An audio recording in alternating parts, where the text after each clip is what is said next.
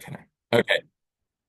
Okay. So we're all recording this meeting for people that aren't here, and I'll put it up on YouTube and we can kind of take a look at that. So just to recap real quick, um, we have selected Doug Duraco to fill Gene's spot on the board. Again, according to the rules, he will fill out that term that expires in January of 2026.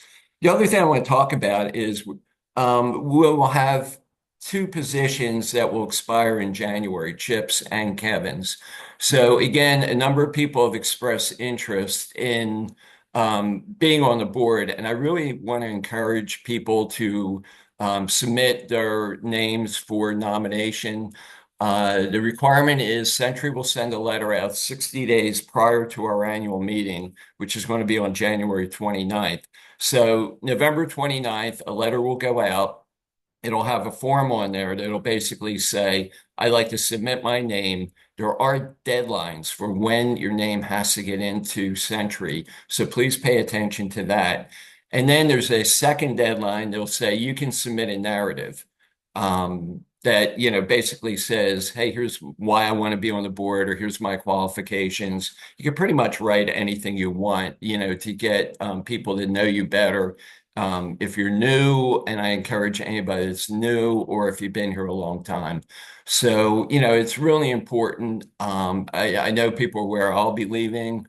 We have the other two positions. We probably have three positions that we have to fill. So I really, really would encourage people to contribute to the community, make sure that the major projects we're contemplating get done properly.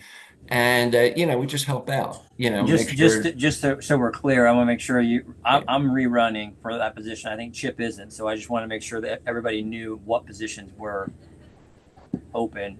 They're all open, but just so Right, they know right. who's running and who's not. Yeah, so I'll just leave it up to everybody to say what they want to do, if they want to run or not run. I don't want to speak for anybody, but again, I really encourage people, and I know there's people that have served on boards previously, and I understand that, but if you haven't, it would really be great if, people would put their names in.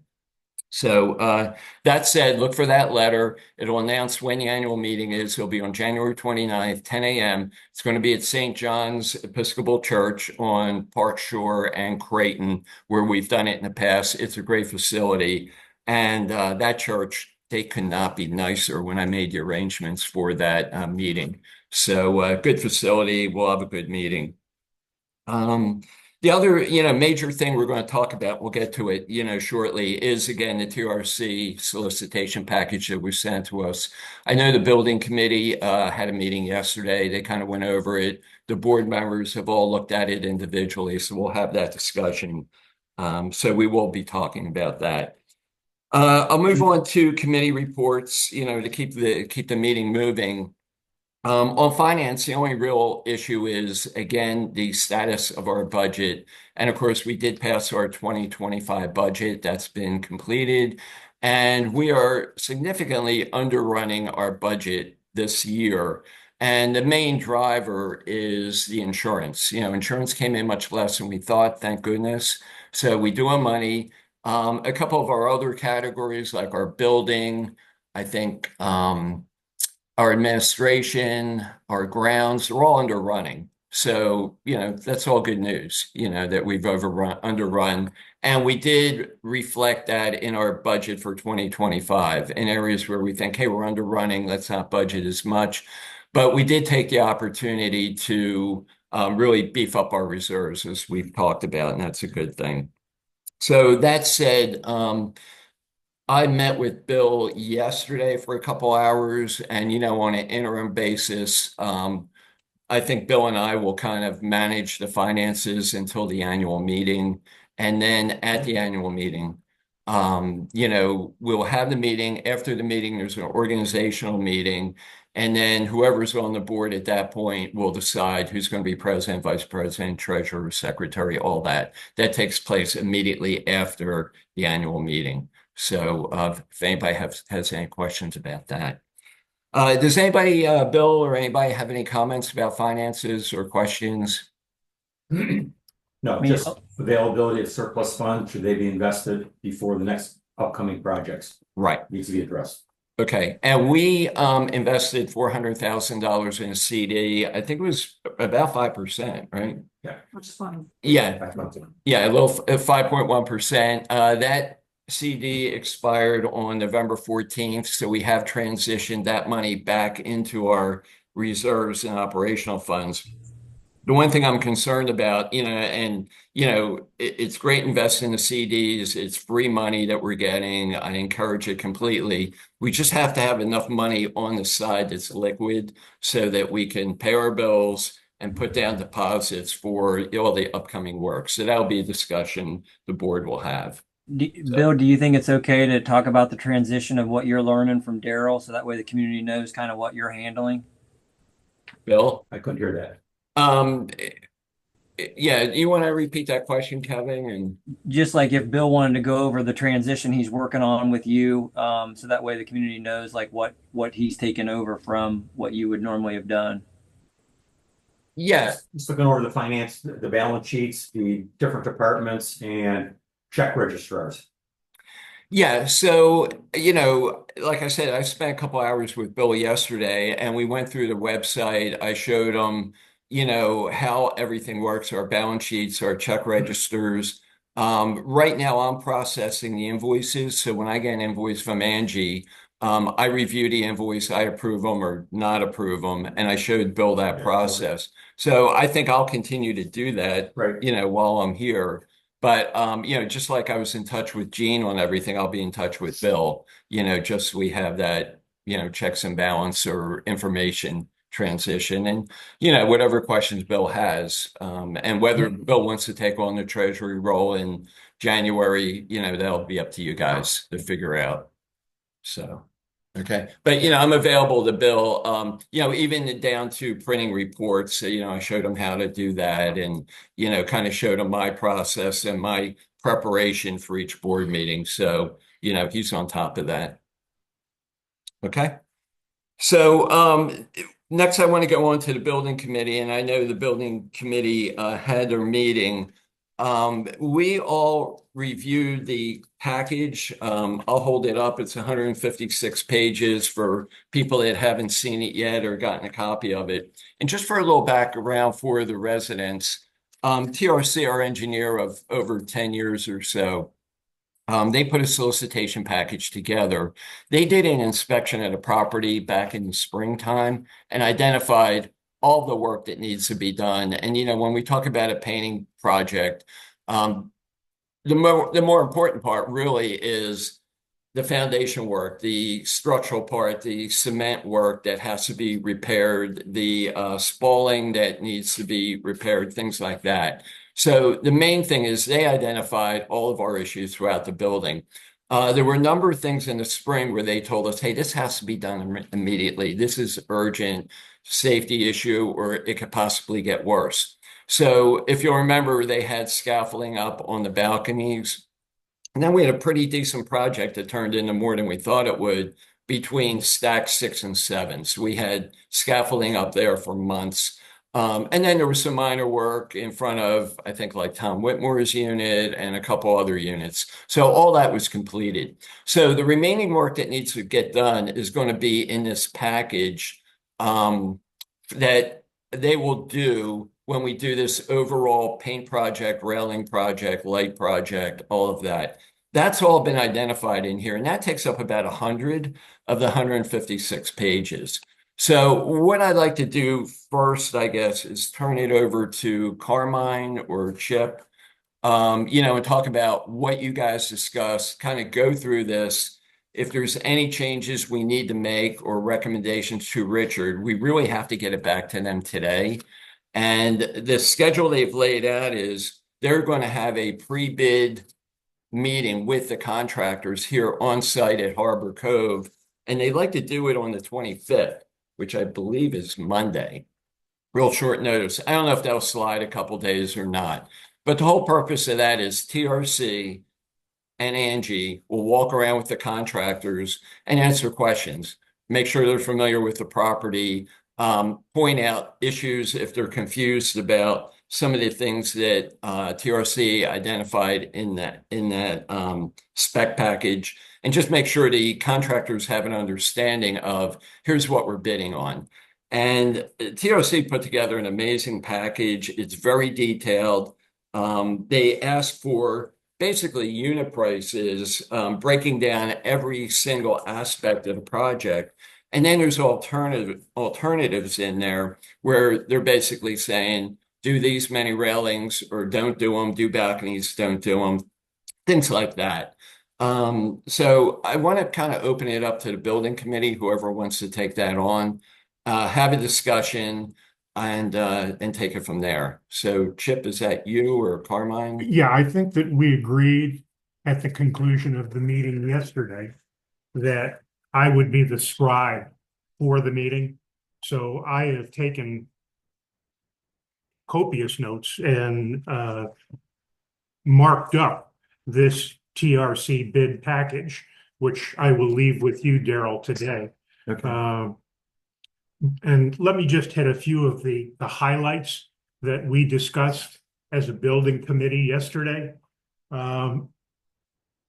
We discussed whether it would be wise to separate from the general contract the railings, which by themselves could be a potentially very costly item.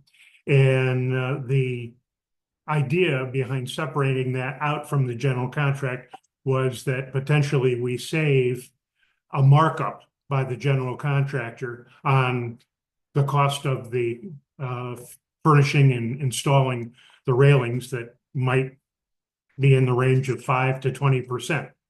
I'm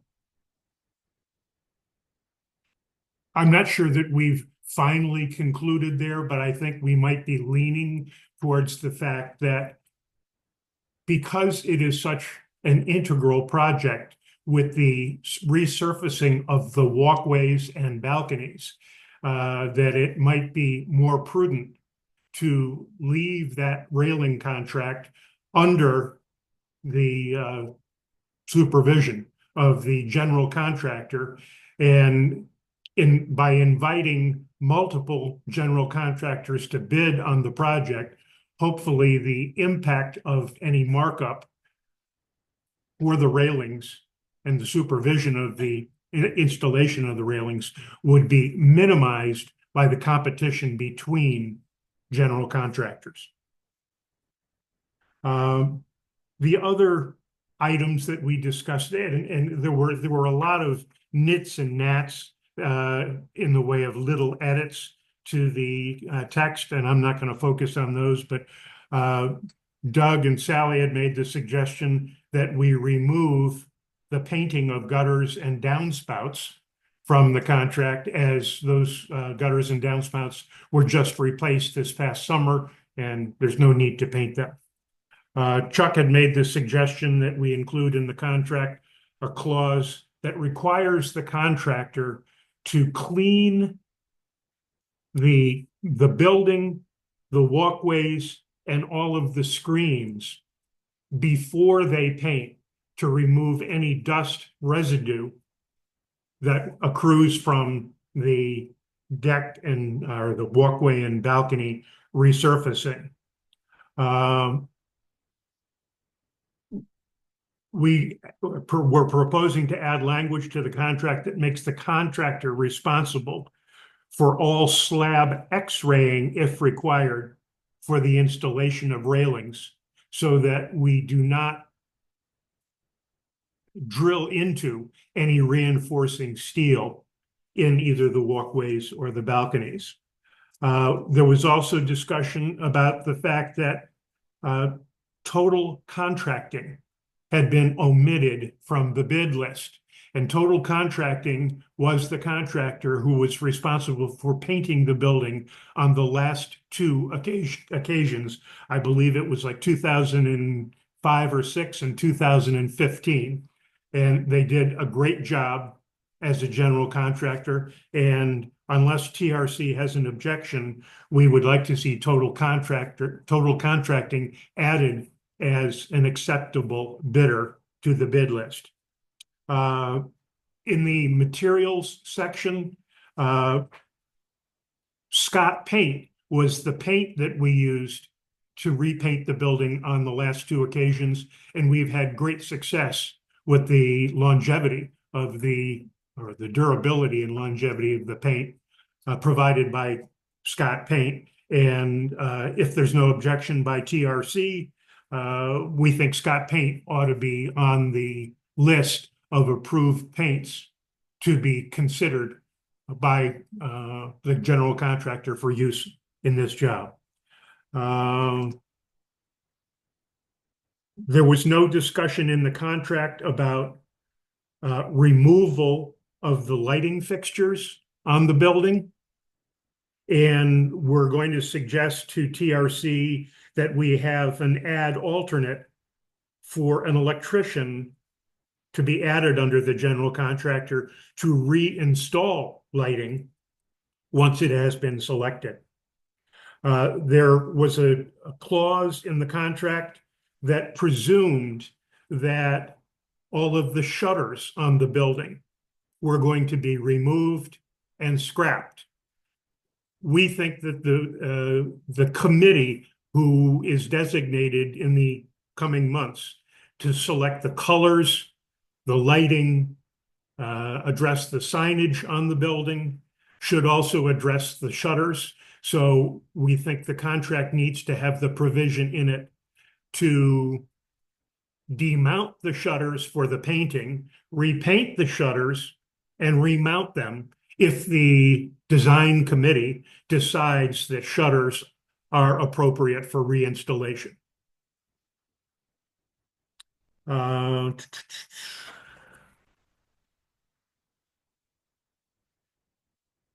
There was no discussion in the contract of who removes and replaces building signage.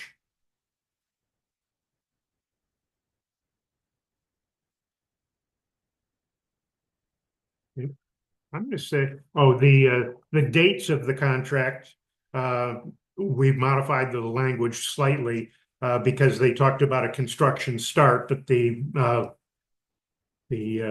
contractor had included an end date as well. So we just amended the contract, or suggested amendment to the contract language that has the construction period going from May 1 through October 1, or concluding by October 1.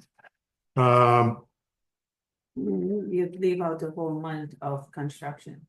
Mhm. We usually end November 1st. I know, but this contract, I think what it's providing for is that if there is any overrun of That's time, the contract Yeah. end I is get it. specified as October 1, but it allows Right. us a 30-day slack period to Not get work over done season. before the season. With a penalty clause, that $350 a day, if it goes beyond October. There is a penalty clause if it goes beyond October 1, $350 a day. Okay. There were several alternate bids that dealt with railings. Because railings are a fairly costly item, we were looking at the possibility of doing railings on an incremental basis. And we suggested the addition of language that is more defining. As an example, they talk about alternate bid number 1, which is the removal and disposal of aluminum walkway railings and stairwell railings. And we added language, including the south and east facing rails interior to stack 01, and the north and east facing rails interior to stack 16. It's just clarifying language. And we did this on each of the alternative bids where we specified the stack number, the appropriate stack numbers where this alternate bid work would be occurring. It's just clarifying language to eliminate the potential for any misunderstanding. As I said, there were a number of nits and gnats. And we suggested the addition of an alternate price because the railings for the living rooms and the lanais of the '07, '08, '09, and 10 stacks had been omitted. And the building committee doesn't know what the new railings are going to look like yet, because we're, as a board or a building committee, we're going to have to approve the appearance and construction material of those railings. One of the things that we are concerned about is the aesthetic appearance of railings. And if we do the railings in the walkway on the west building, which will be visible from the courtyard, and the railings for the adjacent units in the '07, '08, '09, and 10 stacks are not done, we could have an architectural mismatch of railings.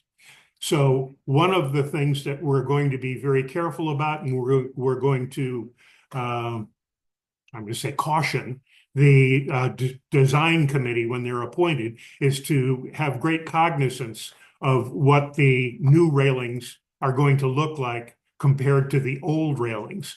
If we can find a replacement railing that is close in appearance to the existing railings, we may be able to save considerable sums of money by omitting certain aspects of the work, because there will be an architectural match and continuity of appearance from the exterior of the building.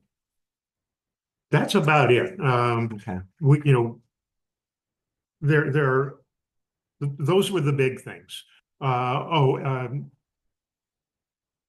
And there was a question about the warranty for the wall and door paint specified. We needed some clarification on that issue. So we have marked up this agreement or the specification. I'm going to be leaving it with Daryl, so he has the full commentary from the building committee yesterday. And then presumably this will be copied again and shared with TRC when that meeting occurs on Monday of next week or whenever it occurs. So we are prepared to deliver our comments to TRC at this point and keep the process moving forward with an objective of trying to go out to bid and maybe have bids by the middle to back half of the month of December, so that we might be in a decision-making mode in late December, very early January. And have an idea, a firm idea of what the costs of this project and all aspects of it will be. One other sidebar issue, Anna Parker, who resides in 407. Yes. Her son or son-in-law is an electrical lighting distributor, and he has offered to, I'm going to say, counsel us on the selection of electric lighting fixtures, and we've got a lot of them. We got 257 of them. To counsel us on the selection of fixtures, and he has agreed to provide them to us at his cost. So the only cost beyond that is the add alternate that we're going to suggest that TRC put in the contractor's bid package. So the lighting will be addressed in the bid package. We'll have some counsel. We're getting it at cost, and that's a good thing. Absolutely. That's it. Unless anybody has questions. The railings that we have right now appear to be 1-inch stock aluminum, nothing special. So I would hope that the proposal for railings coming in will attempt to duplicate what we have. That would be Ideal. an ideal objective, yes. Okay. Okay. So number one, thank you, Chip, for synopsizing all that. And if Carmine is on, Yeah, or I do see Carmine. or Dick Smith or Gene, and Mike, they were in attendance at the meeting yesterday. Have I Yeah, I'm here. omitted anything that we discussed? that Yeah. you feel is of importance? Yeah, one major item. Can you hear me? Okay. Yes, Carmine, Yeah. we can hear you. Okay, yeah, we had so many comments and questions on the spec that I think we need a meeting with the TRC as quickly as possible, just to get answers and eliminate some issues that we have questions on. Otherwise, they could move forward with this, incorporate a lot of things that we want to really change. I think the markings are such that they need discussion. Is there anything in particular, Carmine, that you're questioning on the spec? Oh, well, you can look at the markup, Darrell, and you'll see that there are many, many markings that we picked up. Some of them are questions, some of them are errors. I think the questions need to be answered to the building committee before TRC finalizes the spec. Hey, Darrell, Okay. this is Dick Smith. Can you hear me? Yeah, hi Dick, how you doing? Hi Jill. Yeah, since I was at the meeting, I agree with Carmen. I don't think you can just copy this thing and give it to Richard at TRC. I think a face-to-face meeting would be more effective because he may have some more questions. But if he's going to meet with somebody on the 25th, we really almost have to do this like tomorrow. Okay, so here's the issue. He needs to issue the solicitation in order to give the contractors time to think about, do they want to bid on this project, and then get their schedule in line so they could come out and review the property. I think what I planned or hoped to do was get back to them with kind of the big picture issues. So, for example, the suggestion that we not paint the downspouts, and the railings. Let's tell them right off, take that off. We don't want that done. The solicitation itself and the procedure, do we have any issues with that? As far as the technical aspects of the spec itself, nobody knows the building better than TRC. They're out here constantly, and TRC's role is going to be oversight of the project. They are going to monitor successful completion of each individual topic, and they're going to be on site all the time. And before we pay them a penny, they're going to come out and say, yeah, that was done according to the spec. TRC understands building spec process, and the contractors understand it. And the communication on that has to be between the contractor and TRC. When we did this project between stack 6 and 7, Richard and his brother Robert, who work on the project, were out here basically every third day looking that, hey, they cut into the building, they looked at the rebar. There were times where they said, hey, it sounds bad as we thought, or hey, you guys need to do more. So they're going to be through this process, the entire effort from May to October. So there are eyes and ears, there are technical, that's why we're paying them. And, we need to tell them to move forward, with the 10 items that Chip brought up, and then we will forward your comments to them. Well, I'd like to make a suggestion. Yes. If we could make a copy of this marked up document, Yes. we might get it in Richard's hands prior to the meeting Yeah. on Monday of next week. Yeah. And there might be a trailer meeting between you, Darrell, and Richard Right. to clarify any issues Right. that he may have, and perhaps we could get them to turn the document around by the end of the week next week so that it can go out and not delay the bid solicitation process. Yeah. So again, what I planned to do was go back with these 10 items. These are the big drivers. And then when we have the meeting on Monday or Wednesday or whenever it is, Angie and I will go over. I will send them your comments today. let him look at it, and then whatever questions they have, let Richard, explain that to the contractors, and let Richard explain us. Hey, you know what? This is right. This is wrong. This is what we have to change. Do But we leave ourselves? if we delay this package for 2 weeks, that means the contractors are working over Christmas, and nobody's going to be working over Christmas. Well, So we do have to move out. I guess my perspective is that 8 or 9 out of 10 of the comments that Richard is going to see reflected from our meeting yesterday Right. are going to be, no problem, we can do that. Right. There may be discussion on 4 or 5 items.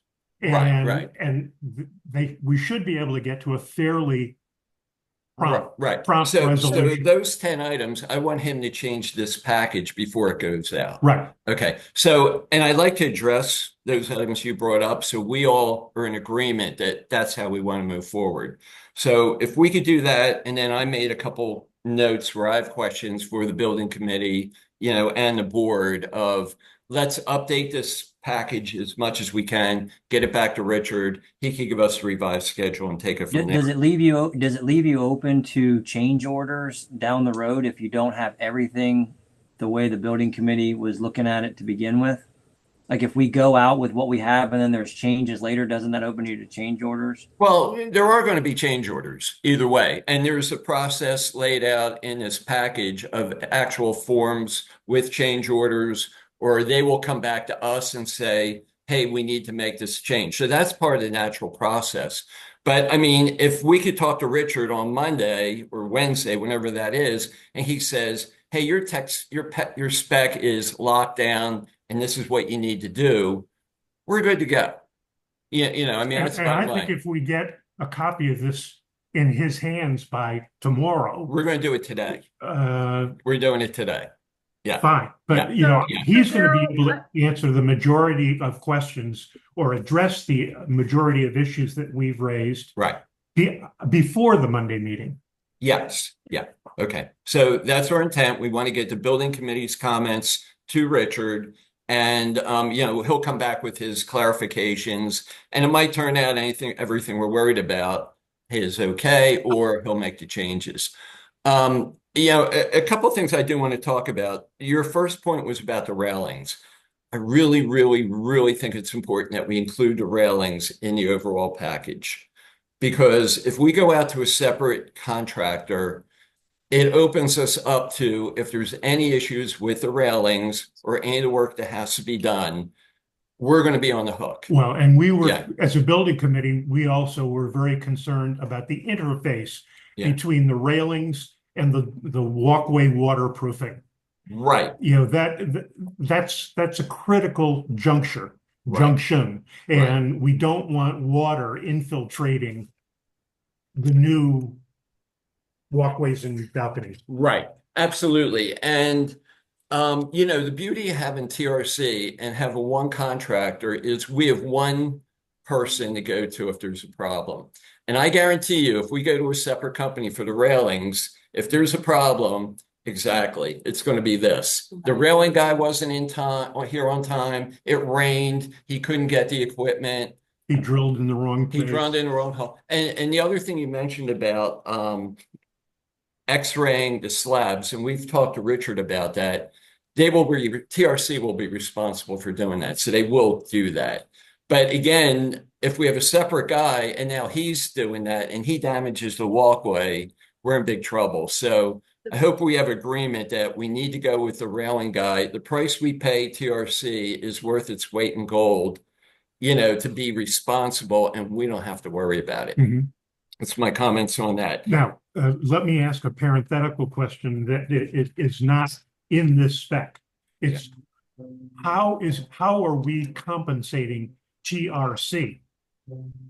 That is not in the spec, and that's a separate contract, and it's a time and materials type thing. I have to go back and clarify that with him. Okay, because Yeah. we're, as a board and as a committee, Yeah. that's going to be a component of the cost that we need to look at for the totality of the job. Okay, and I'll be going back to Richard today and asking him that question. Didn't you think that if you did the railing outside, you'd be able to save that from the general contractor budget? Isn't Yes, that your we premise? we also think that the money that you could potentially save opens you up to certain risks that we may not want to assume. So I think that there was general consensus that we leave the railing contract under the general contractor and hope that by getting multiple bidders that, and they know that it's a competitive bid situation, that they skinny down any markup that they would add to the railing. Right. Lauren, do you have a comment? Yeah, I was just gonna say two things. You know, the first is that's one of the things that can be talked about during the walkthrough, or that can be, you know, specified in terms of a reduced markup on, you know, sort of these I want to say almost non-value add sub-projects. The other thing that I was going to say is if you get the committee markup into Richard's hands this afternoon, maybe it's possible to have a meeting on Friday with whoever from the building committee is available and Richard to go over anything, you know, in addition to these major 10 items that you think need to be clarified before he finalizes the spec. I don't know of Richard's availability. You know, you've already identified sort of the heavy hitters, but if you think that there are one or two more items, you know, then if he's available, the committee could discuss that with him so that you can go final. And as somebody who's got her fair share of multi-billion-dollar contract negotiations under her belt, you know, I think you're generally taking the right approach on this in maintaining TRC as a single prime and integrator for this activity and not going out and contracting on an individual piece part basis. Because when you act as your own integrator, typically something falls through the crack and then we're on the hook to solve the problem. And in this case, I think you're taking the right approach. So I commend the committee on that. Okay, thanks, Lauren. I think we do have agreement on that, it appears. Moving down to a couple of other CHIPS items and the building committee. Downspouts, I think that's a no-brainer. We don't paint those, so we will have them remove that. The slab you mentioned, TRC, you know, does the X-raying. Total contracting, we should definitely add in. And Angie, did you have another company that we were thinking about adding? Total contracting. It was total. Because, you know, when I talked to Richard the other day, you know, he said, yeah, You want to add in. yeah, whoever you want to add in, we can do that. So the more companies we add in that we know have a good past performance, better chance we get more proposals in and better competition. You mentioned Scott Paint, we are going with them. And Richard gave us the point of contact for the company. They're sending us paint chips. Yeah. So the committee Yeah. can kind of say, hey, here's some paint samples that they'll be able to select. Lighting, you're right. We don't have anything in here about lighting. So we'll have to talk to Richard about, you know, we want to remove all the lighting, have them remove it and ask them to process when's the right time to reinstall it. I imagine we would want them to do it again. Well, my guess is that the fixtures are going to need to remain in place until the last minute. And Right. The order of construction that Right. I foresee is that the selected contractor removes the lighting fixtures on a rolling basis, Mhm. like the day of or the day before the wall is going to be painted. And if we can get the contractor to make arrangements with an electrician and we have all of the lighting fixtures on hand, Mhm. the electrician can follow the day after the painting and Okay. reinstall the new fixtures. Okay. So we need to talk to Richard and the contractor about Right. that process Right. so that we minimize the downtime of this walkway and convenience lighting. Right. So that'll be our question to Richard. How do we sequence the lighting to make sure it's done at the appropriate time? I'm sure, you know, as far as you want to take the old ones off and the new ones aren't going to match. So we have to paint it You and know, then add on. if the Yeah. old fixture has a round base Right. and the new one has a rectangular base, Probably. you know, Yeah. you don't want to. Right. Right. Okay. So that'll be a point that we'll go Daryl, back. I have a question. Yeah. Hey, Doug. You or Chip, either one or both. Yeah. I would wonder if the community believes or feels that all the lighting needs to be replaced. Over the years, the lighting outside that shows our parking area has been improved. And as a matter of fact, I don't think I've ever had our porch lanai light on. All that is gonna replace, that is included in the whole package. Yeah. So We don't have any carport related lighting. I'm talking about the lanai porches. Our back, it's really All that is gonna difficult get to. replaced. Well, all of the lighting fixtures need to be coordinated architecturally for the whole project because the lanterns on the back of the building are the same as the lanterns on the front of the building. And if we select, for example, a catcher's mask fixture, we're going to need to have a unified appearance from the exterior of the building, I believe. Yeah, it's not, my point's not appearance. My point is, do we need the lights at all? Does the community want the lights on their lanai porches? Oh, that's a good question. I've never had mine on.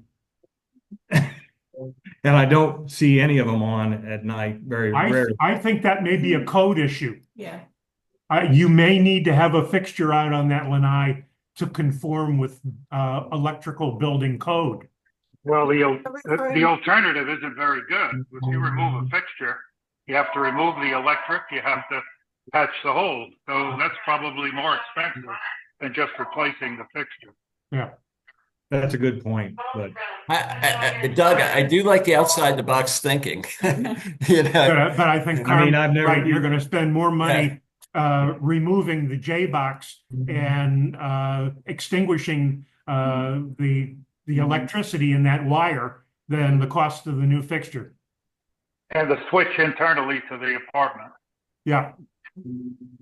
yeah, and the issue with the lighting is they're obsolete. There's no way we could replace what we currently have. They do look bad. So our intent was to replace all of them. I'm going to ask Richard, just for the heck of it, is it a code issue? Or, you know, I mean, it's just like your ceiling fan. If you don't put a ceiling fan up, you just put a cover on it. And they don't make you take the junction box off. I don't know. It may be a safety issue, though, on a balcony. Yeah. To have yeah. lighting at night on a balcony. Yeah.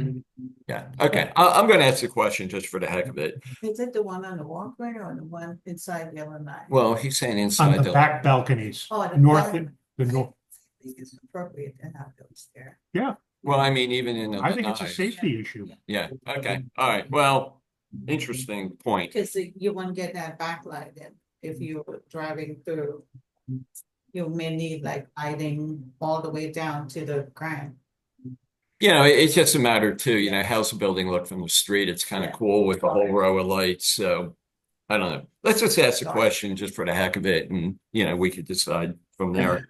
The other issue was the shutters. So the contract does say removal of the shutters, patching the holes and all that.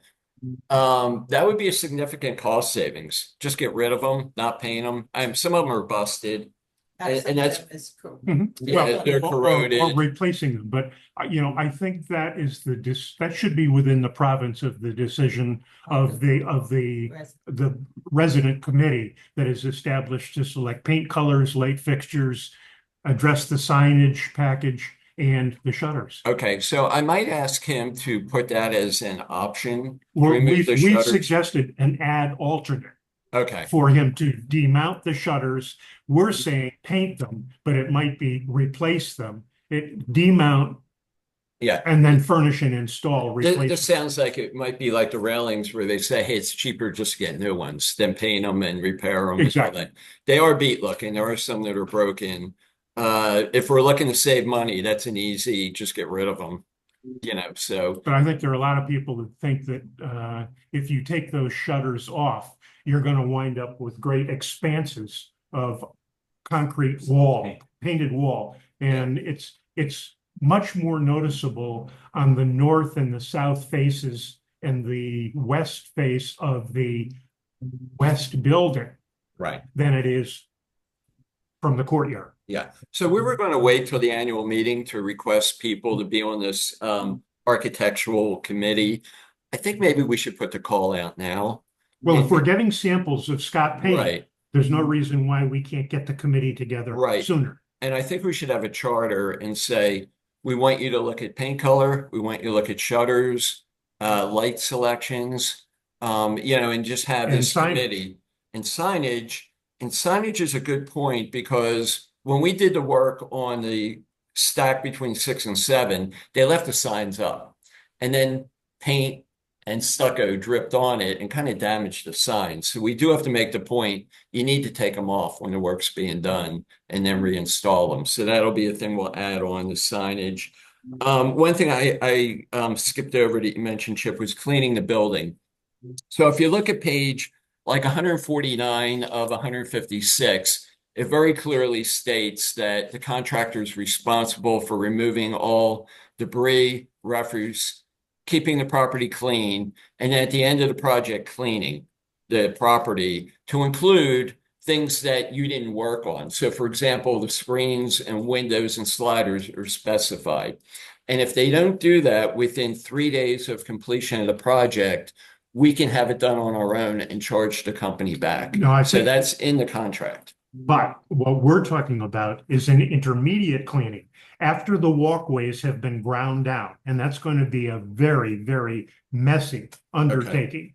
Yes, it will be. Before the building is painted, the suggestion is that we wash or pressure wash and get rid of all of that residue from the grinding of the walkways to make sure that the screens, anybody living here doesn't have to live with the mess on the screens, and that the walls are properly rinsed down so that there's no residue of the walkway that is clinging to the walls before it's painted. Okay, so there is specifications in here about them power washing the building before they paint. So that's taken care of. But yeah, we're going to have to reiterate to them what we mean by cleaning. Okay. Just a caution to everybody, over the summer, we don't have a lot of people here, but there's going to be construction workers, there's going to be noise. And when they do the walkways, the contract specifies very clearly that for each step of the process, you cannot walk on the walkways. So at one point it says 24 hours, another point it says 7 days. So people that are remaining back here are going to have to make plans to not be here when some of that work is being done. Just a heads up. It's going to be a pretty disruptive summer, without a doubt. So that's out there. Chip, you're going to give me your notes that I will forward on to Richard today. I'm going to go over these 10 points that you guys brought up.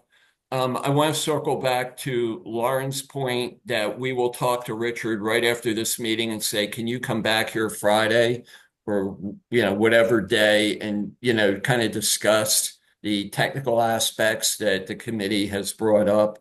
We'll see his availability.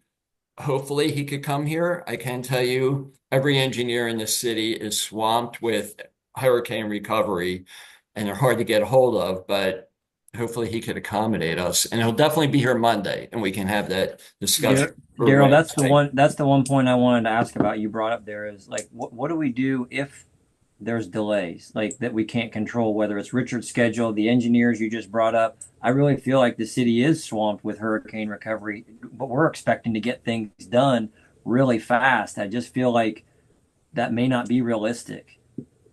Well, I mean, You know, and that's another point that was brought up about May 1st to October 1st. And usually we do go to October 30th. So that was one of my questions I had with you guys. But, you know, they're going to have to sign up and give us a schedule of every step of the process, you know, and they are going to monitor them and they're going to say, hey, look, we could do this. You know, we could do it in the 5 months or whatever. And, you know, monitor the heck out of them. And there are penalties, not a hell of a lot of money, but there are penalties for their delay. So But- it's no different than any other project. Well, and I also, So this is Lauren. So Oh. one other thing. Why do we have a 1 May start? Why don't we make it 1 April? So that's Because if people are wanting to do renovations in their condo, I think isn't the renovation period specified as 1 April through it's 1 May? it's 1 May through October 30th. So Okay, that's why we kind that's of my came up. bad. My bad. Never mind. Never mind. You know, Angie and I did discuss, hey, what if they want to start April 15th? You know, do we object to that? It gets pretty quiet around here, you know, around April 15th. So, I mean, we'll ask for feedback. You know, they might come back and say, hey, we can't do that project in 5 months. Then we have to adjust. well, Yeah. I think the other thing from a permitting standpoint, I'm not sure that painting requires a permit. I don't know that resurfacing the walkways requires a permit. The only things that may require the permits are railings and the replacement of electrical lighting fixtures. But how about all the restoration work? The restoration. Yeah, is permanent. I bet the walkways require a permit if They you're gonna do. ground, if If you're gonna you ground are down. drilling. Yeah, Yeah. And you know, permits are really the long pole in the tent. So they have to start applying for their permits in January, you know, to meet the deadline. The city is swamped, of course. So that's why we need to move out quick. I mean, there's no doubt about it. So there's those issues. We may have some flexibility on the schedule. I just want to go over a couple things I saw. Okay, the gutters and downspouts, we're good on that. There's a question there from about downspouts and the gutters. When they paint in the building and the gutters are white and the color you guys are gonna choose is probably yellow, green, whatever.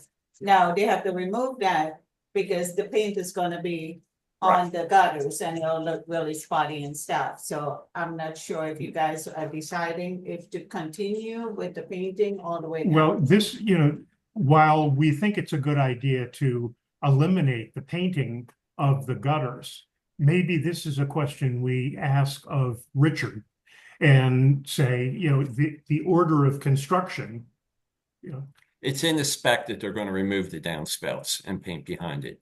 okay, It is in there. okay. Yeah, okay. yeah. So they're going to do that. Let me see if I have. Oh, there was something in here about painting doors. Do we really want them painting unit owner doors? I think we need to pull that out. No, I think we need it. Yeah, I think we need it. Unit I think we owner. need it. The exterior. Yeah. The doors range from all different ages and they have to be painted. I mean, we just replaced all the doors. They're in. No, you didn't replace. When I'm 30 talking of about them. unit owner doors should be in pretty good shape. You know, storage room doors and things like that, elevator doors, you know, we might want to paint So I those. gave you that list this morning. I Yeah. did an inventory of the total project. I think you might have put it right behind you there. Yeah, it did. So Daryl, we replaced those doors over many years. Only the last 30 were done recently. The others were done many years before that. We started that door replacement program 15 years ago, and we're doing 6 doors a year. And it was only under your administration Right. that we accelerated that process and did it over. There were like half of the remaining doors were done over. I think it was actually more than half, but you know, they've all been replaced since I've been on the board, other than a few that were done previously, and we're talking a dozen or so. But it's just, if we walk around and look at the doors, a lot of them look really good. So I'd hate to see them repainted. Well, like ours was replaced about 4 years ago, and It's bad? it needs Okay. paint. Okay. I'm gonna I would say only as needed then. You know, if you have a new door, Yeah, but then you're gonna wind up with okay. different colors on your front doors. Okay, I'm kind of just looking at cost savings where we can, but if you guys are recommended they paint them, we'll leave that in there. Well, Um, you can get the price and then decide whether you want to. I think that's this is the whole exercise, right? We're just trying to get pricing to see what we want to do and what you may want to not do, right? Well, and it's, it's not everybody's front door. If you grab No, that, it's a few. grab that list It over is there. not much. What we're talking about here is painting the doors on screen lanais, and you've got 16 of those. okay, And then you've got doors that face an open walkway. And you've got 1, 2, 3, 4, 5, 6, 7, 8, 9, 10, 11, 12, 13. So 13 and 16, you've got 29 doors. okay. So But that does not include the storage room doors and the mechanical room doors. okay, so for unit owner doors, we want to hand them this list and say this is all we want done, right? Yeah, Okay, okay, good. yeah. That Okay, doesn't, because the contract basically says paint all the doors. and it's 111 doors Okay. total. Okay, And I count a double door as 2 doors. right. Okay, So they're including, and the Okay. majority of it is public area doors. It's like Yeah. the doors to the electrical rooms and the elevator Yeah. machine room and the storage doors that serve everybody's units that Yeah. are exposed to the hallways. Chip, this answers the question. We're just going to get painted what we need painted. So And that's we why will, I did. okay, perfect. Okay, so I think we've kind of discussed this. I think we have a good plan. We will give feedback to the building committee and the board of what answers we got, if we're going to be able to have a meeting this week, when the pre-bid meeting will be, finalize the schedule. And then we have to discuss who's going to evaluate the bids. I talked to Chip and, Chip said the board and the building committee. Or interested members of the board and building committee. Okay. We could skinny it down that way. Yeah, I think we should skinny it down to people that are actually going to be available. And again, we're talking December, January. I think if you have 20 people, it's way too much.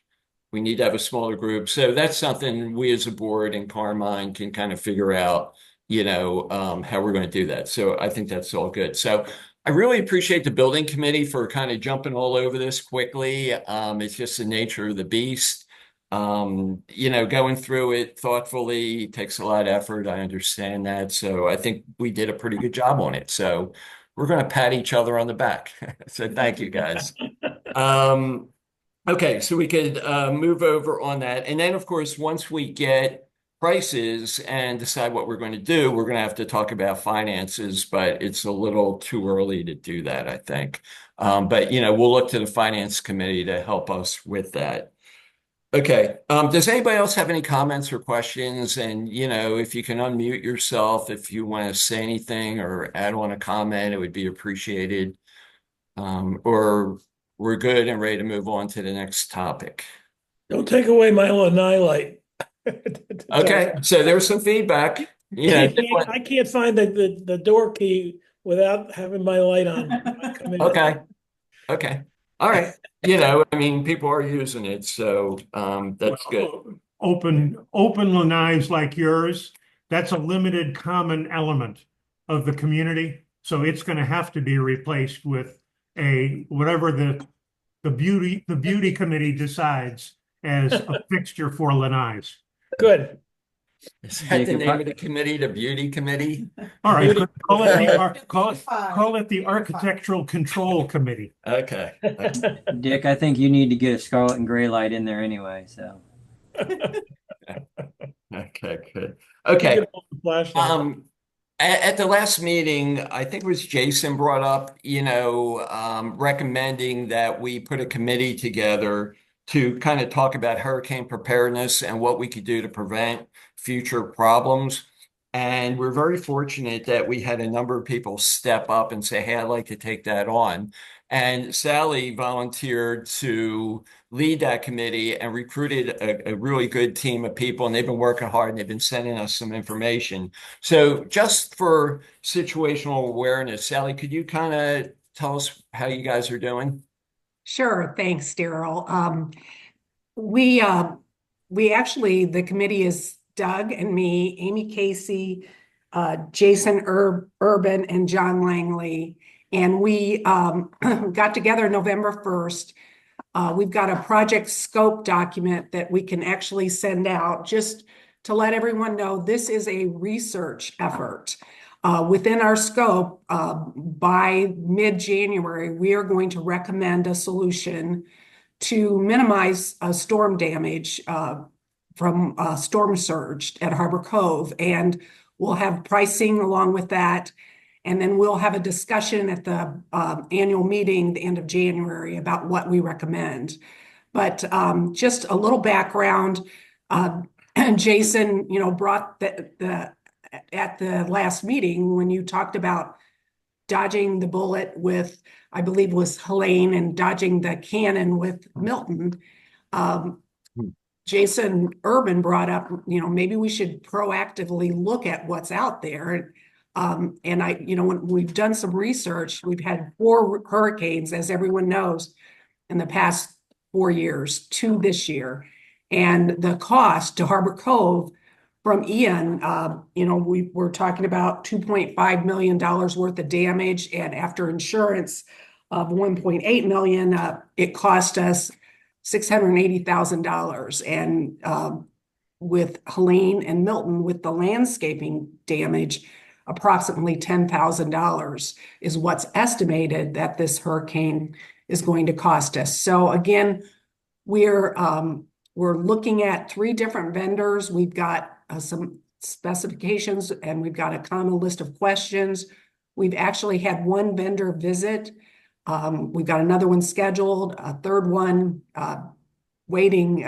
They're very busy to get that scheduled, and we're going to have more information as we move forward on this. Interestingly, the 1 vendor that did come and visit and is going to give us a bid, they indicated that, and I think they have quite a few, 60 properties in Collier County already that are using their solution, but there was a 30% reduction in flood premium that they will actually, their engineers, if we would implement their solution, their engineers will have a letter to our carrier, and as they indicated that there's been a minimum of 30% reduction in the flood insurance premium. So that was something we've learned. We've also learned that there is actually a certification. So, these solutions need to be certified. There's a national certification in regard to flood prevention solutions. So learned a lot, we'll have a lot more to report as we move forward with this, and really appreciate the committee members and really stepping up and doing a lot of work on this. Sally, I would like to join that committee. It's Carmine. I would like to join that committee. Oh, okay, sure. And Thank you. Sally, I met a gentleman at a party last Friday evening that you and your committee probably would like to meet. His name is Steve Stevens, and he is in the building. If you go over the Mooring Line Drive Bridge, there is a driveway that turns to the Beacon House and the Trade Winds condominiums. His building is the white building, I don't know its name, on the left on the beach. And they have just finished installing a flood mitigation system, and he invited members of our community to come over and take a look at what they have done if you are interested. Oh, great. So did you get Do you have a number for Steve? I can get, his name is Steve Stevens, but I can Okay. get his contact information. So That'd be great. when you and your committee are here, that might be one stop you'd like to Right. make. Right. Okay. Well, great. Thank you, Sally. I really appreciate, all the work you guys have done. They've been sending me updates all along and they've been pretty, it's been an active group, so it's much appreciated. And yeah, they do have some really cool systems out there. We might not get hit with another hurricane for 10 years or the streak may continue. I can tell you across the street, they got hit bad, up and down the street. I know at St. Croix Club, we have a person that used to rent here, bought down there. They have $100,000 assessment. And he claims he talked to somebody at Naples Continental, $250,000 assessment is what they're up to. And counting. Yeah, and counting. And if you haven't driven by there lately, it's still a mess, So, yeah, whatever prevention we could do would be really smart. So I think it's awesome and there's cool stuff out there and we should take advantage of it. So thank you to you guys for jumping on that aggressively. It's a beautiful thing since our theme today is beauties. So anyway, that's good. So thank you. Chip, you want to talk about marine environment? What's going on down there? Yeah, the big item is that we still do not have power fully restored to the docks, lifts, and the convenience lighting on the docks. Dennis, our electrician, has been working diligently.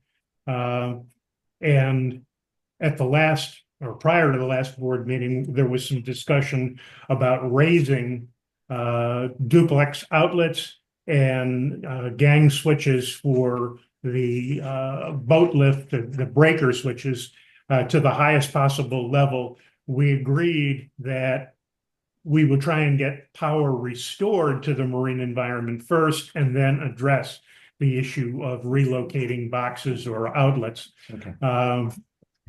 Dennis has been working diligently, but we still do not have power restored to the docks. Okay. Yeah, again, I don't know whether Angie can add anything to that because I know you've been coordinating with Dennis. Yeah, he's looking at the night fixture to get replaced. Mhm. And he has power to all the docks right now, but he's just working with the last 20 and 19. Mhm. So he's still having issues because he can't get the conduit to, Yeah. get the wires loosened in there. And the other issue we discussed at the last board meeting is we have three boat owners, or three lift owners who are short of meeting their annual use requirement of 8 usages of your boat, or you relinquish your privileges to the lift. And I think that we're going to have some further discussion as a board because those lift owners have actually been denied use of their lifts because of this extended power outage. So we may have to make an exception to our bylaws this year by virtue of the fact that we have had extended power outages that have prevented lift owners from using their lifts and boats. Yeah, I mean, I think it's pretty hard to get on somebody if they use their boat 6 times and it hasn't been available for the last 2 months. On the other hand, we have maybe a couple that haven't been used all year. Yeah. And the Century will send a letter to them if we want them to do it and say, hey, look, you got to use your boat. We have a waiting list and people really would take advantage of a lift if they had the opportunity. What about the boat that's the sideways? Has that been remedied? It's been removed. Yeah, They lowered the boat into the water and it's now in slip number 10. Gotcha. Yeah, that was a little scary looking. Yeah, Lauren's referring to one of the boats that was not sitting on the lift properly, and it really looked like it looked like it could go over at any time. So that's back in the water. So that is good. And I am told that they have engaged somebody to come and restore the lift and take the boat away for repair. Okay. So that's good. Okay. Kevin, Grounds Committee, we have to unmute you, Kevin. Sorry. Quickly, I know it's running late. Lorraine and Marie, their big thing, they wanted the vines down off of the north and south carport side of the building. So that's been done. Angie sent me a report for the rest of potential work based on the hurricane. Doug Green is going to give her a quote on replacing the sod in the South Bay side, adding mulch, and replacing the hedge along the fence around where the pool has previously been removed. They'll be doing tree trimming in the near future, and then seasonal planting of flowers in the front of the Harbour Cove sign is scheduled. What it says it was scheduled for November 8th. So It's done. done. Okay. Yeah. And then refresh the flowers around the building. Anybody else that wants to join the committee, we usually do things by email based on issues. And the only thing I'd bring up is we've all talked about the landscaping and how we've redone it a bunch. At least this committee, back when the first hurricane hit 2 years ago, we went with the smaller plants, so it at least lessened our exposure to that. But anybody else that wants to join, send Angie your email.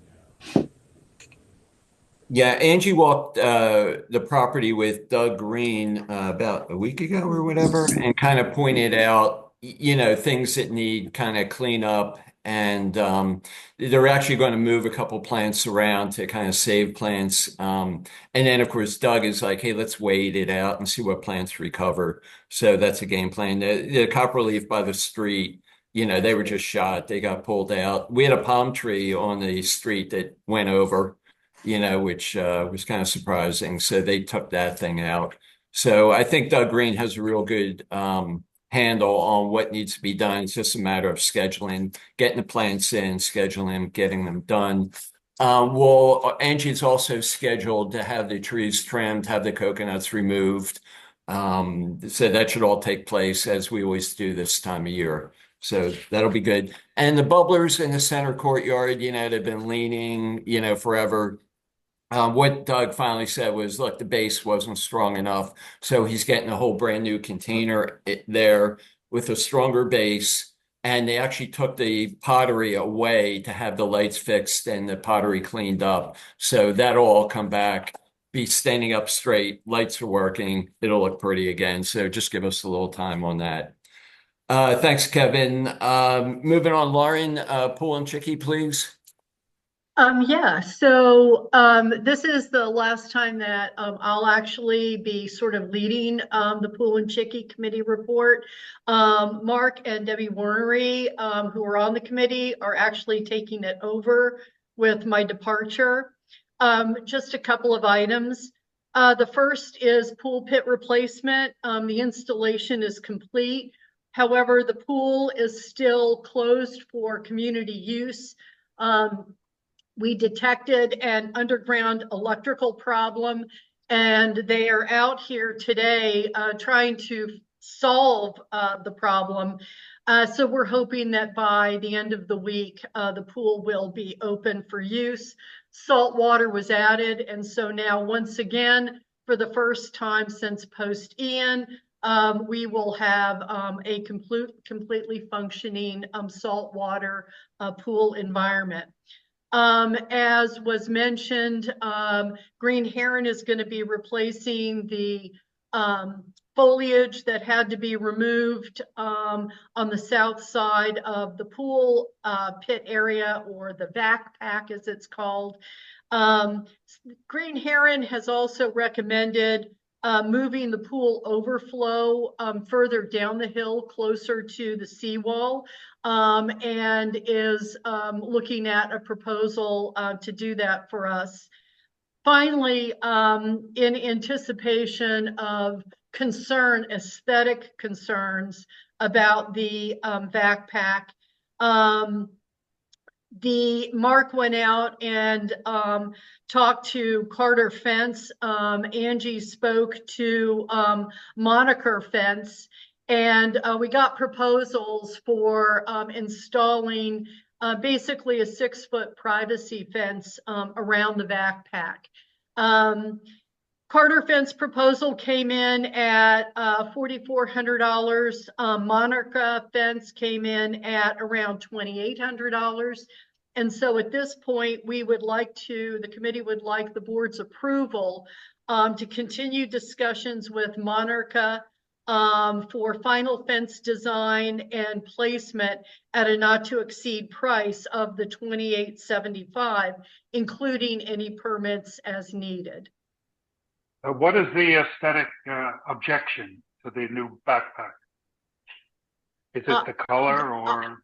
I do not have, personally, I do not have an aesthetic objection. This is just in anticipation. I mean, other folks have not been happy with seeing grills. And I know that there have been some comments made, not to me directly, but I suppose to other people, that they didn't like the look. I think it's fairly innocuous, but so at this point, what I would say is we would seek board approval to basically get a final design proposal from Monarcha, and then to forward to the board for its final approval. I know who that is. Why don't they want to see the grills? I don't know. I think it's very nice. These are questions I can't answer because I don't know what some people. Hey, listen, you guys know what I look like. So clearly my aesthetic idea of beauty is very different from other people's. So poor Daryl. So yeah, again, just trying to cover all the bases to make sure that if there is a concern or an objection, that we have a solution. Okay, so let's put it out for discussion. What I think the pool committee is talking about, from what I've seen, is basically a 6-foot white vinyl fence. Privacy fence. It would be a 3-sided, open towards the bay. So do people think we need one, want one? What does the community want? And Mark, I don't know if you want to jump in. Yeah, dear. I was just going to comment that when that backpack was first put in, it's like that's the only thing that you look at. It just was, but now that the fence is up, the grills are there. I know that the whole time we were there, we certainly got used to it. And then when we put the bushes back around the fence, that would help also. So at first I was, I didn't really maybe see the need for it. And it's not a safety issue. It doesn't have to be. It's just a privacy fence. But when I saw some of the pictures, I really do like what it looks like. Now, again, it's not inexpensive, but and then we were thinking if you put the 3-sided fence up, especially on the side of the chickie where you're sitting there. And I know Lauren's going to talk about this later, but we've got some proposals for some pots and some planters and things that would look, I think, really nice there. If the fence it would look okay either way, but I think with the fence there, it would really kind of, you finish that area off. And then we'd have access to there'd be 2 gates and, there had to be access to the electrical panel on the other side. So it'd be something that we'd have to, think about. But when you see some of these examples, I do think it looks very nice. It looks very nice. It turns out it really is, it's not a very big space back there. And the fact that the proposals both include 2 gates. Yeah. One so that you can access the larger, kind of a larger gate so that you can access the lid and get into the system. And then one right behind where the grills are so that you can access the electrical panel. It's almost, like it's kind of fence and then gate and then a little bit of fence and some gate. So again, I think we may be able to accomplish sort of the same thing, which is to improve the aesthetics of the area by merely, the new bushes being planted and some additional pots and plants. So I think at this point, what the committee would just like is permission to go ahead and discuss final design, fence design, with Monarcha. And then we can, at the January meeting, sort of present a view. This is what it would look like. And we can do it two ways, with flowers and just the bushes, and then with the fence, and have the board make a final decision at that point. And in the meantime, we can also just talk to people in the community and get kind of what their feedback is on the look. And it's fairly innocuous, but. Okay. I'm getting some head nods from the board here. Right. Okay, so we can, yeah, that's right. Could I speak for so, a minute? so let's proceed with your approach, Lauren. I can tell you Bordeaux Club has the exact same backpack, and they do not have a fence. Actually, they don't have plants at all. They just have it on their patio. So, people could go across and look at it, consider that we might surround it with plants. Chuck, did you have a comment? Yes. Maybe other than Bordeaux, CC did a survey of the packs on the boulevard. They're all green. They're not white. Mm-hmm. I would suggest painting it green. Number one, it's an easy solution. Number two, use the landscaping rather than the fence. I agree, Chuck. That's a good idea. Painting gel coat will never work. You'll be a slave to it forever. Well, then the choice of selecting the white was wrong, obviously. I don't, I'm going to differ on that one. White kind of blends in with the white pavers. I think green would really stand out, but the bottom line is we have white, and whatever the community wants to do as far as plants or fences, we'll And the revisit backpack it. over at Bordeaux Club that sits directly on the pool, deck. And it's is white. white. Yeah. White. Yeah. So Yeah. that one she missed. For those folks who overlook the backpack from the south wing of the building, if a fence along the south side of the backpack could be eliminated, and what I'm concerned about is if you put a fence in there, it may restrict the area for planting as well as restricting. Because of the width of it. No, There's a planting bed that's 4 feet wide. Yeah.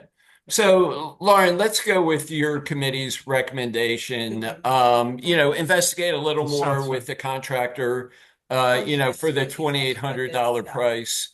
And think about plants, and then let's just pick it up again in January. I mean, I think that's a good idea. Is that all right? Let's go with your recommendation for now.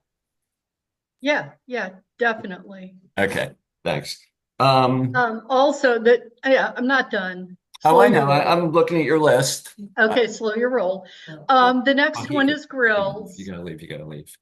The South Florida Gas is supposed to be out today to inspect the gas line to make sure that we don't have any leaks. Apparently, that's what the issue has been, to get the grills operational. So, assuming that the weather does not deter them today and they are out and they complete the inspection, we will go out later this afternoon and verify that the grills are operational. I will say that is another issue that we will be addressing with respect to putting up a polyvinyl fence, if that decision is made, and perhaps relocation of the grills so that nobody who leaves grills running all night melts the fence for us. And then finally, pool deck planters. Based on feedback that we got from a couple of different people about the plants at a complex just down the street from us, I think it's Venetian Cove. Debbie Warnery reached out to Foliage Design Systems for an estimate to install and maintain our pool deck flowers.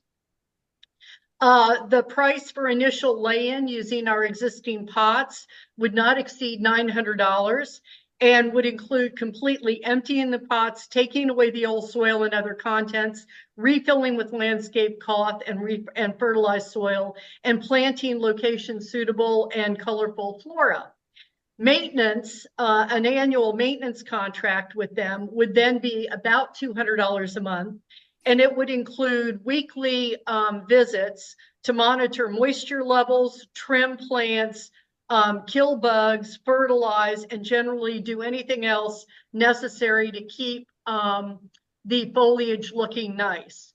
The reason as a committee that we wanted to explore this is that, you know, for the 3 months that people are here, it's kind of easy to go out with a watering can.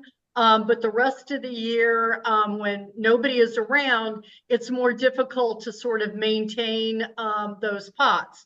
And for what we consider to be a fairly nominal fee of $900 and then $2,400 for an annual maintenance contract, we would like the board to approve us contracting out pot planting and maintenance. Okay. Angie and I happened to be at Venetian Cove and met with the manager, and they recommended this particular vendor. I think the result would be really professional, beautiful flowers that would be maintained on a weekly basis. So it would look beautiful all year as opposed to relying on, Eduardo to water the plants and, doesn't really do a great job. I'd like to put it out to the board. Are we okay with that proposal? Does this include the pots on like the walkways It's by the only office? poolside. Just not. Yeah. Correct. Yeah, I don't know what that would be up to the grounds committee to do something about the pots elsewhere. This is only the pots on the pool deck. Now, he did offer to do the other pots. We have sprinkler systems going into the pots on the property. We can't do it on the pool deck because then you'd have lines going across the pavers. So that's why, this would be a way to really upgrade our pool deck. Right. Lauren? Yeah, I was just going to say that was something that we'd specifically asked about, and that really is kind of a non-starter out there. Yeah, we've asked about that in the past. How many pots do we have on there? Lauren, how many pots are there on the pool deck? Do you know, offhand? Yeah, I think there are 13. 13. Okay. I think it would be a great upgrade to continue with our beauty theme. Is the board okay? This company, Daryl, this is Mark. I think he said they work with 200 complexes around Naples, and Right. we're very impressed with the guy when we met him. Yeah. That's where it's I at. mean, and the reference we got down at Venetian Cove was they really sang their praises. So I'd like to make a motion that we accept the recommendation from the pool committee that we get those pots upgraded and maintained at the recommended price. Chip seconds, all in favor? Aye.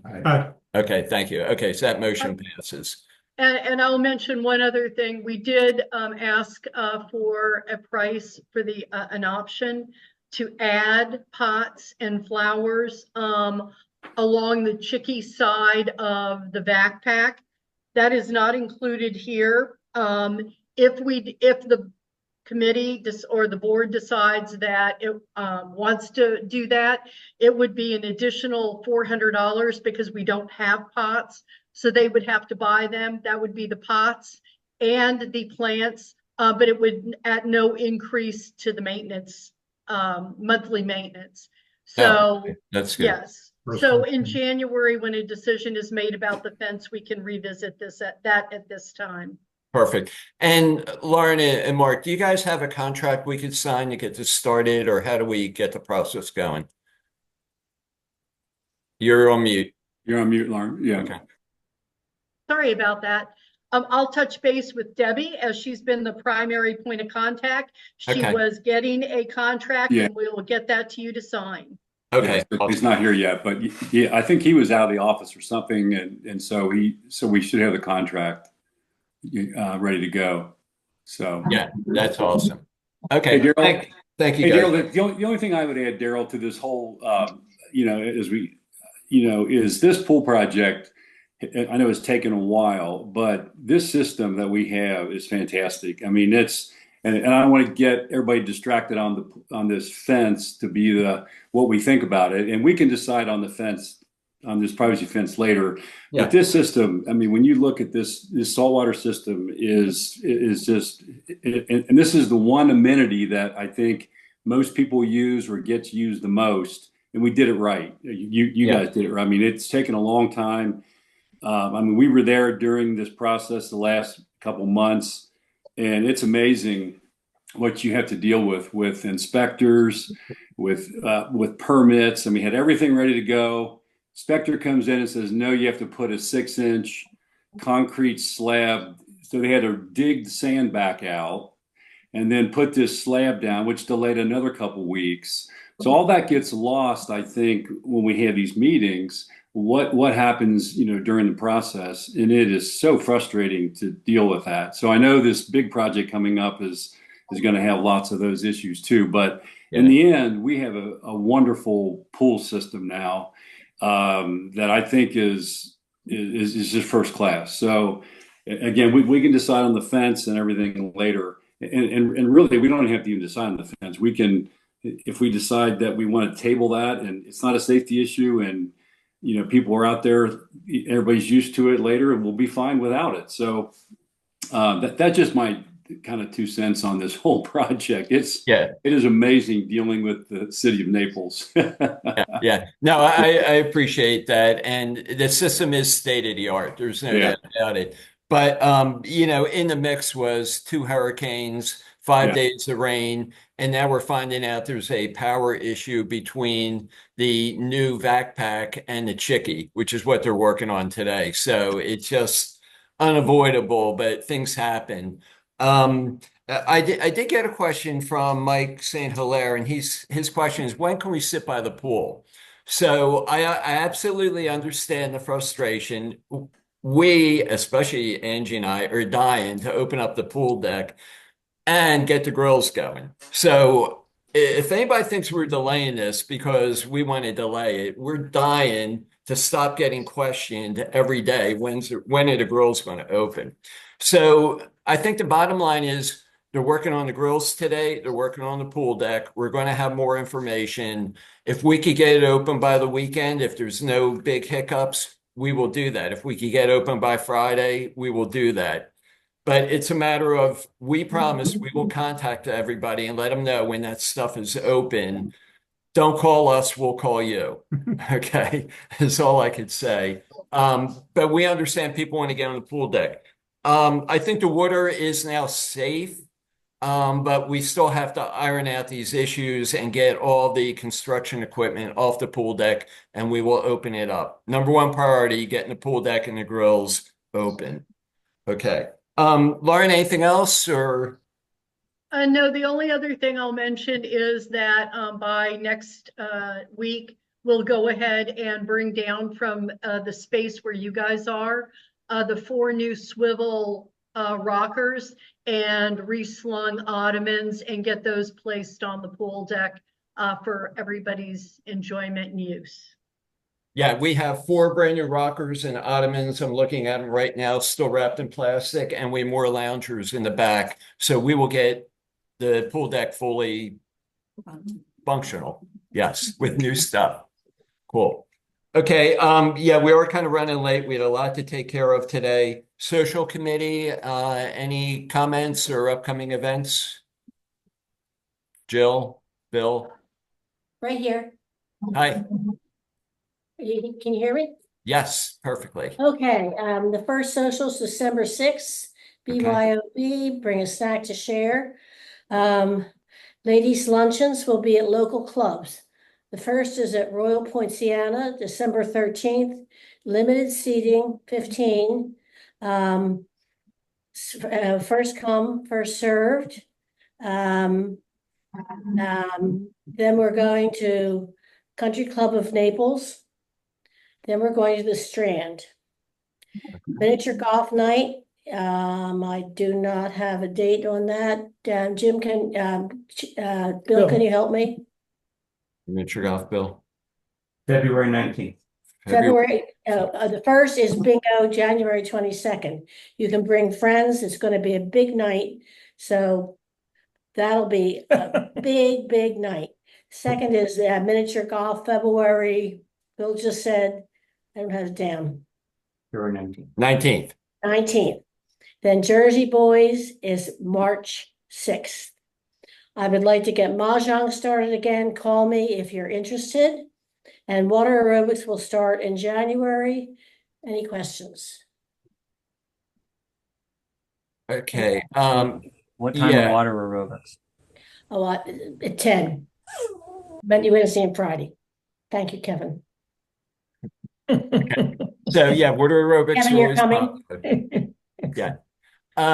Hey, I want to thank everybody on the social committee. You guys put together some, really cool events, and you're doing new things like bingo and Jersey Boys. So that's all fun.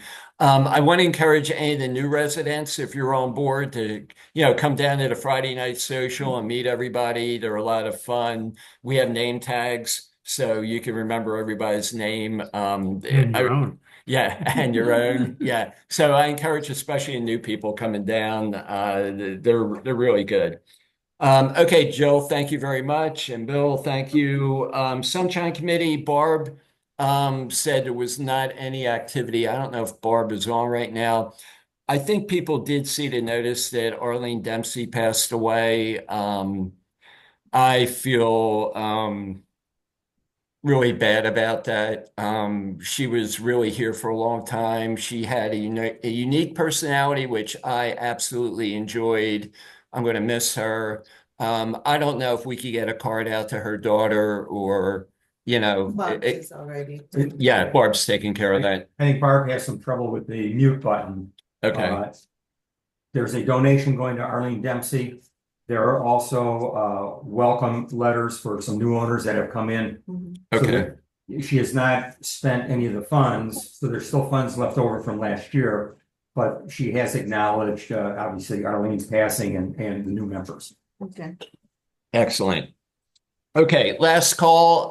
Does anybody have any comments or questions or criticisms? We're open for anything. I realize the meeting's going a little long. Bill's taking off to catch a flight. Bill, thank you.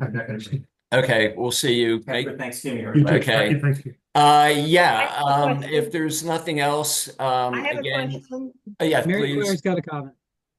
Back to the grounds. When are we getting the lighting fixed on the grounds? The lighting was replaced. Hey, Gene. What? The ground lighting was replaced. Yeah. Not working. Oh, well, Gene, I think you did a little inventory last night. I did. I'm gonna give them to Angie. Yeah, within the building, I think there was 8 to 10 lights Okay. not operating. And, But we're talking about the ground lighting down towards the Chicky around the flagpole. around That is connected to the docks. Oh, okay. So the docs have it down. But Okay. yeah, okay. So even though Gene's not on the board, obviously he's still patrolling. Thank you, Gene. So if you could pass on whatever is not working to Angie, we'll get that taken care of. Some of the new lighting that some of the new lighting we put in during the hurricane kind of tarnished. Yeah. So they're going back to the manufacturer to kind of straighten that out. Yeah. So anyway, that's out there. Okay. Other than that, Gene, good to see your smiling face. And once again, thank you. And on that note, I will move to adjourn. Second. Chip seconds, all in favor. Hey, everybody, have a great Thanksgiving. Be safe. And kind of looking forward to seeing everybody back here after the holidays. So thank you again. Thanks, Daryl. Okay, bye. See you guys. Okay. Happy Thanksgiving. Happy